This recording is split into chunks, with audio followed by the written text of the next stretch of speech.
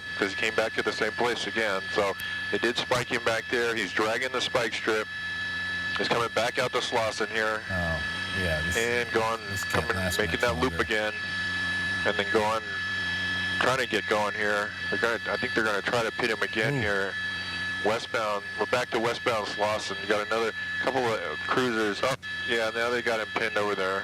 Nope, and they got him going again. They keep pushing they it. pit him there. They keep Successful pit maneuver there. So now we'll see what happens next. No, he's still coming. They got him. All right, you see that car was clearly just a successful pit maneuver.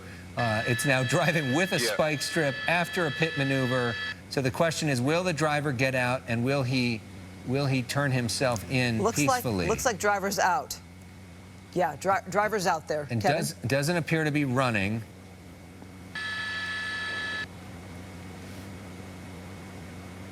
And now we see, you know, he should be, if he's complying with LAPD, he'll have his hands up and potentially walk backwards, and then they will take him under arrest. It's tough to see from this distance at night whether that is what's happening. We do see a lot of people, it seems like, around who are just sort of spectators to all this.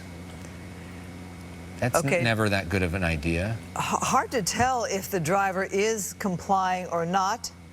And you have to wonder, too, if there's anybody else in that vehicle. The driver's making some motions there to law enforcement. Yeah, see, he's moving his arms. Go ahead, Kevin. Yeah, watch up. We're at Victoria and Slauson, and he's just kind of... he's just kind of gesturing at the law. It's going back and forth between hands up and then gesturing at law enforcement. They don't want to see gestures. They just want to see your hands up. They want to see you fully complying. And it appears some of these other people in the neighborhood may be screaming at some things at him.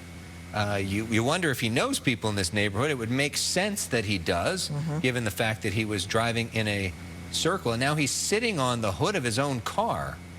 That's not what LAPD wants to see, or whichever police agency we have here.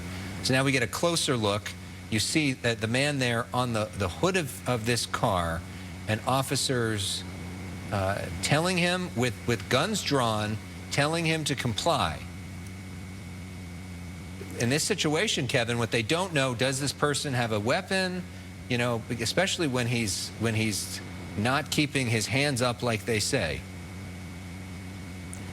Yeah, you know what? They're trying to talk him out, sitting on the car there. But because this started off with assault with a deadly weapon, that kind of puts everything in a different light here than just like a DUI or something like that. So they don't know what it makes the mindset here a little bit amped up a little bit more because of the circumstances that started this pursuit. What was the deadly weapon the car, or do they think that he has a gun? Well, that wasn't really clear. So, all right, you know what? They're moving in. They're moving in a rest. So now he's backing into a corner. Now he's trying to go. He's running. He's running from the law. By foot. Okay, they got him. There's a lot of other people out there. They got him running. Didn't he run right into LAPD right there? Yeah, they did fire looked like a beanbag. They did fire like a beanbag at him. And we are noticing the many people that are out on the streets there, so that makes it a little bit tougher there for law enforcement. This is dangerous for all of them because they don't know who these people are. And as they try to secure this scene, they've now got a guard. Now you see these people with their hands up trying to let law enforcement know, look, we're not a threat. We'll comply with what you want. I mean, this has escalated very quickly. These people, one guy's doing push-ups. Yeah, you know, they just took him into custody down there. So after all that, but they did, as he was backing up, they fired a beanbag at him and was able to then they chased him down. So yeah, and you see that green on that weapon, which is an indication of a non-lethal weapon. That may have been one of the weapons that was used on him. That was quite something, because it appeared that he was running, and then all of a sudden, you know, he started to fall after he was hit by apparently that beanbag. You wonder if he actually knows those people who showed up, or they just popped out of the neighborhood because they heard the commotion of a pursuit with a helicopter overhead and police behind them. The suspect there, as he drove around in this loop. So Kevin, I don't know if you can even guess how many